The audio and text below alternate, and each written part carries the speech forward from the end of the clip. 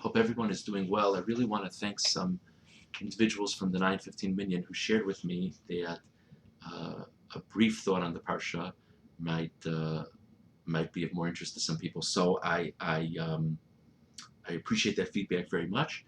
Uh, and whoever's listening, I'd very much appreciate your feedback. This is the type of thing that's helpful, not really, either way. But I appreciate you taking the time, and I very much appreciate the feedback of how we in the shul can continue to service you in the wonderful way that you and everyone deserve.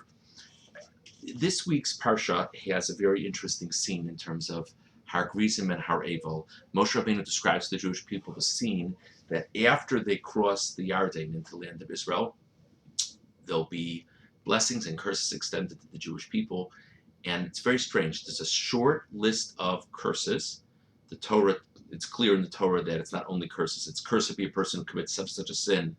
And if you don't commit that sin, and if you do the opposite of it, you should be blessed. It's clear that there's both messages going on. But the Torah relates it specifically as curses. It's a very strange list. There are certain sexually prohibited relations mentioned. There are things having to do with striking one's friend. There are things having to do with how one treats one's parents. There are things having to do with whether or not one is perverting justice. Really a broad range, and you could very well ask the question, why these things yes and other things no? Why is this the list? And Mefarshim say different things.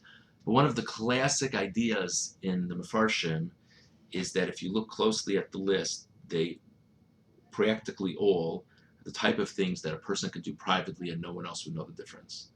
A person could take bribery for judging a case. A person, certainly sexual type of activities are certainly private by nature. You could wrong a person and they not even know that you wronged them or injure them or whatever it is. So that's an interesting thing to think about. The tremendous importance of not only being an ethical, spiritual person in the public arena, but in the privacy of my own home.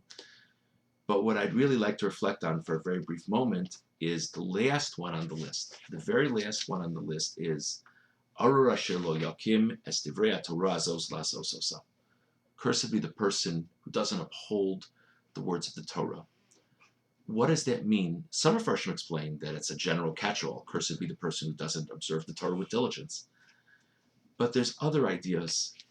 And one of the classic ideas mentioned about this is that it could mean cursed be a person who has the ability to make something happen in the observance of Torah for himself, for others, and they don't do it.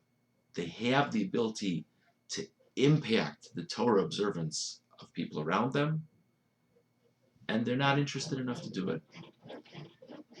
And of course, by extension, blessed be the person who does that. I would just like to combine two ideas for a second. We began by saying that a common thread among these curses listed off are they're normally the type of things that people are guilty of in private. And now we shared this idea that Arur asher lo yakim could be that a person has the ability to impact others and they refrain from doing it. There's a lot of thoughts that float through all of our minds. How could I help a person? How could I make my community a better place? How can I make the world a better place? And we think about it for a moment and we just say, nah, whatever. Let someone else do it. There's a whole list of things for each and every one of us that occurred to us at one point in our lives, how we could really make a difference. And the only one that knows that it even occurred to us is us and God.